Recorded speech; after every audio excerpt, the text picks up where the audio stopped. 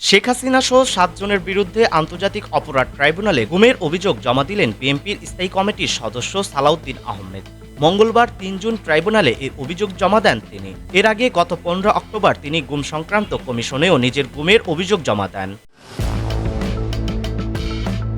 অভিযোগ জমা দিয়ে সালাউদ্দিন আহমেদ সাংবাদিকদের বলেন, গুম খুনের বিষয়ে আন্তর্জাতিক অপরাধ ট্রাইব্যুনালে মামলা দায়ের করা হবে, তবে এখনও এ ব্যাপারে দৃশ্যমান কোনো কার্যক্রম দেখা না যাওয়ায় ক্ষোভ জানান তিনি।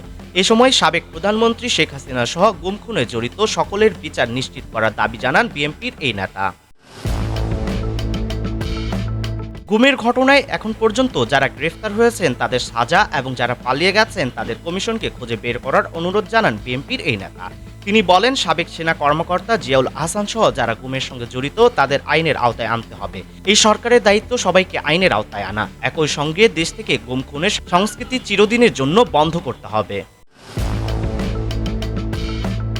নিজের গুম হওয়া প্রসঙ্গে সালাউদ্দিন বলেন, আমি আগেই তাদের সঙ্গে যোগাযোগ করে আজকে গুম কমিশনে এসেছি। ২০১৫ সালের ১০ মার্চ রাত ৯:৩০টার দিকে উত্তরার একটি বাসা থেকে আইন শৃঙ্খলা বাহিনীর পরিচয়ে সশস্ত্র ব্যক্তিরা আমাকে তুলে নিয়ে যায়। তার ৬১ দিনের মাথায় আরেকটি দেশে প্রচার করে তারা। এ সময়ের মধ্যে আমাকে যে রুমে রেখেছিল সেই রুমের বর্ণনা সহ নানা বিষয় আমি গুম কমিশনের কাছে বলেছি। প্রসঙ্গত ২০১৫ সালের ১০ মার্চ রাজধানীর উত্তরা থেকে সালাউদ্দিন নিখোঁজ হন। প্রায় ২ মাস পর ১১ মে ভারতের মেঘালয়ের শিলংয়ে স্থানীয় পুলিশ তার সন্ধান পায়। সালাউদ্দিনকে আটক করার পর বৈধ নথিপত্র ছাড়া ভারতে প্রবেশের অভিযোগে দেশটির ফরেন্স অ্যাক্ট অনুযায়ী মামলা করে মেঘালয় পুলিশ। সেই মামলায় নিম্ন আদালতের রায়ে ২০১৮ সালে সালাউদ্দিন খালাস পান। ভারত সরকার রায়ের বিরুদ্ধে আপিল করলে তাকে সেখানেই থাকতে হয়।